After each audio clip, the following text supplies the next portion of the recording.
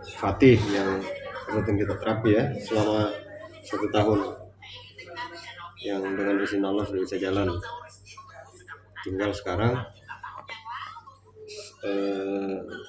mimisan, minum belum lancar betul, minumnya belum lancar betul, sama makan sih sudah bisa ya, makan sudah bisa, tinggal minum air putih pakai sendok belum bisa, masih tumpah. Jadi kalau minumnya dipakai suntik ya, suntik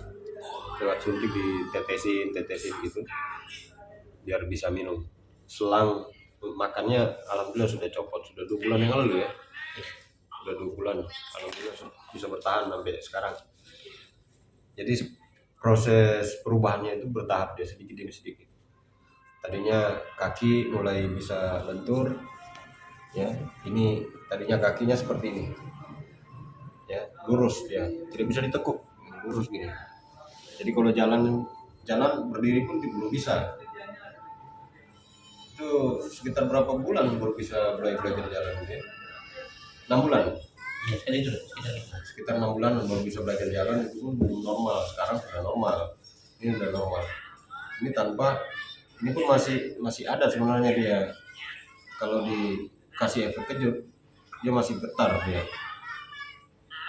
tapi sudah bagus.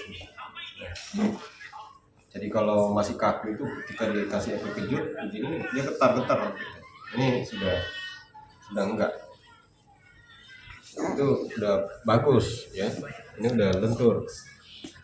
Kita tidak terlalu ada yang kita bantu relaksasi di bagian sini ya, kita pijat, tapi kita lebih fokus pada L1 sampai 5,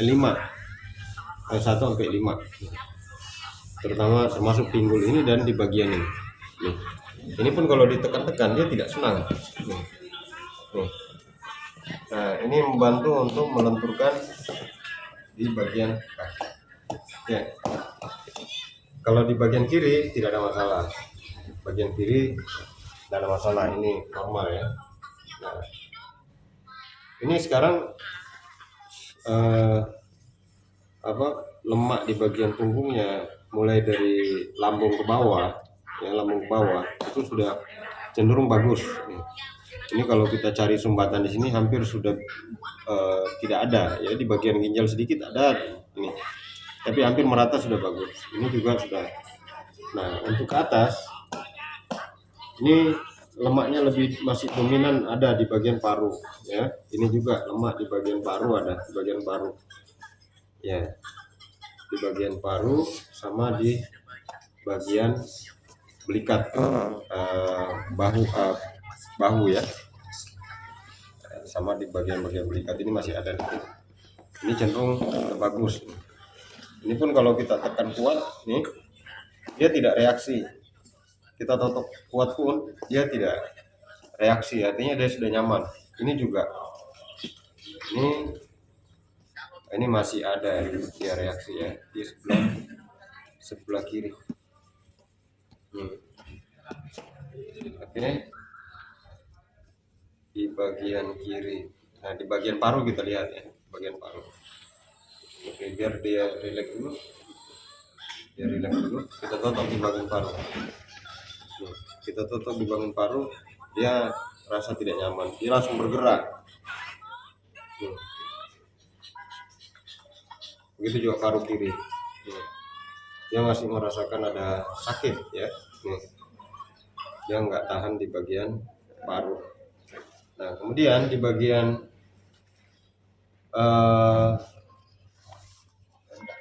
pundaknya,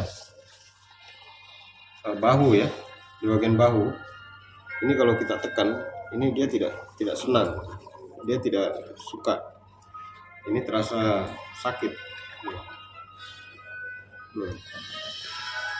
Di bagian bahu. Nah, ini pengaruh ke bagian saraf kepala, termasuk tengkuk juga dia tidak merasa terlalu nyaman ya, bagian-bagian ini. Pertama apalagi dia meronta, kalau sekarang hanya reaksi seperti ini.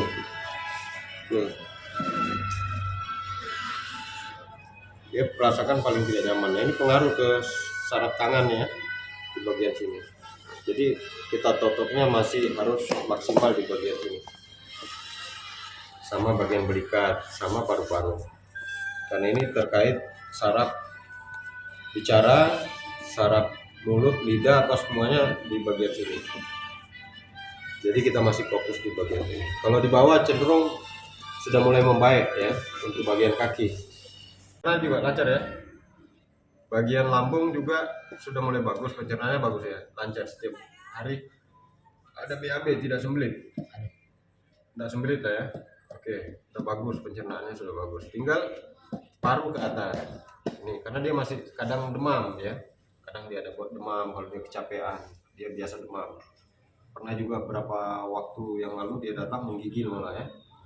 Kita tutup lagi dengan izin Allah sudah bisa hilang menggigilnya, enggak sampai di rumah enggak menggigil lagi. Enggak ya. Itu karena kecapean. Ini masalah paru-paru. Jadi dia ini masih masalah tugas kita ini sekarang bagaimana memperbaiki paru-paru, jantung, sama di bagian rambutnya, tengkuknya. Kita masih 5 jari bagian atas ini yang kita fokuskan. Mudah-mudahan ya, mohon doanya, mudah-mudahan anak kita Fatih ini diberikan kesembuhan. Sedikit-sedikit makan sudah bisa, sampai kemudian nanti bicara juga balik lagi normal. Karena Fatih ini awalnya normal nih, anak sehat, gemuk, sehat, masya Allah ya, sehat, gemuk. Karena waktu dia sakit saya tonton ini gemuk ya, berisi semua badannya. Umur berapa waktu itu? Umur 6 tahun ya? 5 tahun, ini sekarang umur 6 tahun. Ini masuk 7 ini? 6 ya? Hah? 6 ya? Ini waktu sakit umur 5 tahun, tahun yang lalu 5 tahun. Sekarang sudah umur 6 tahun, Masya Allah. 1 tahun berjuang, ya ada di channel kita, di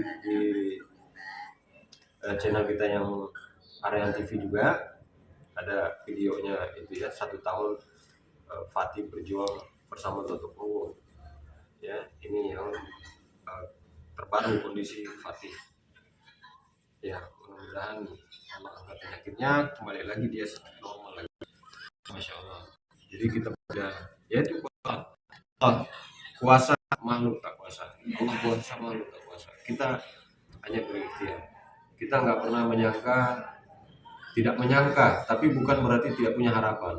Waktu kita tutup pertama, kita punya harapan besar, doa besar, orang tua apalagi untuk sembuhan Fatih.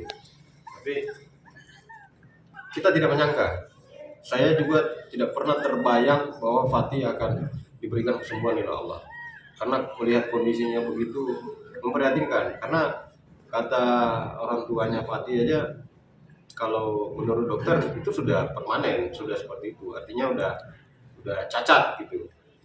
Itu udah cacat, memang sudah seperti itu. Hukum bukan hukum sunatullah, tapi berdasarkan pengalaman yang ada gitu ya. Berdasarkan pengalaman yang ada, kasus-kasus meningitis TB otak yang kemudian sampai kejang seperti itu umumnya cacat. Ya. Tapi ya tadi, Allah kuasa makhluk tak kuasa. Ada setiap penyakit ada obatnya. Ya, setiap penyakit ada obatnya. Jadi yang penting kita ikhtiar. Alhamdulillah dengan jalan ikhtiar. Ya tadi hanya sekedar diuyul-uyul saja, cuman begini-begini aja.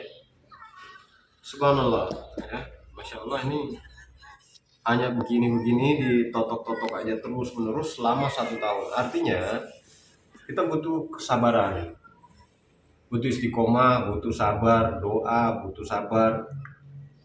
Karena proses yang kita lakukan itu insya Allah sudah tepat. Secara teori keilmuan sudah tepat. Kerja Toto Punggung ini sudah tepat gitu. Secara teori keilmuan. Ya kalau bicara dalil, dalam hadisnya juga ada Hasan ya, bahwa Rasulullah pernah dijawil-jawil atau ditutup punggungnya, ada dalam di YouTube, boleh kawan-kawan cek ya, tentang hadis tutup punggung ada. Ya, kedudukannya Hasan. Artinya masuk bagi tidak ada salahnya. Jadi kalau ada penyakit apa saja, ada anak kita yang sakit punya keluhan yang sama seperti ini, ikhtiarkan ini. Insya Allah dengan izin Allah bisa diberikan kesembuhan. Ya, dan faktanya ya tanpa kita terbayang sekalipun, karena kita istiqomah, alhamdulillah Allah berikan pertolongan ini. Mulai nampak sedikit demi sedikit, walaupun memang belum sempurna 100% kesembuhannya. Tapi tadi kita butuh ikhtiar. Ikhtiar yang betul itu adalah tentu dengan cara yang betul. Cara yang betul itu harus berdasarkan teori keilmuan. Ya, harus berdasarkan teori keilmuan. Jadi teori keilmuannya dibenarkan secara keilmuan kan, baik medis ataupun dalam kemudian dasarnya hadis dan Al-Quran harus ada. Jadi kalau bicara orang kita ini orang yang beriman, ya dasarnya harus ada dulu dari Al-Quran. Kalau tidak ada hadis, kalau tidak ada dalam hadis, teori keilmuan kedokteran seperti apa. Nah, alhamdulillah tutup umum ada semua dalam situ. Ya, tinggal bagaimana kita melakukan, belajar tutup umum, melakukan dengan yang betul, lalu kemudian kita berpasrah kepada Allah, tawakal. Maka itulah ikhtiar yang betul. Sekira demikian sahabat. Jangan lupa selalu tutup punggung, amalkan tutup punggung untuk kesehatan keluarga, ya untuk kesehatan diri juga. Insya Allah dengan izin Allah kita bisa terjaga dari penyakit dan bisa disembuhkan dengan izin Allah dari semua penyakit kita melalui ikhtiar tutup punggung. Assalamualaikum warahmatullahi wabarakatuh.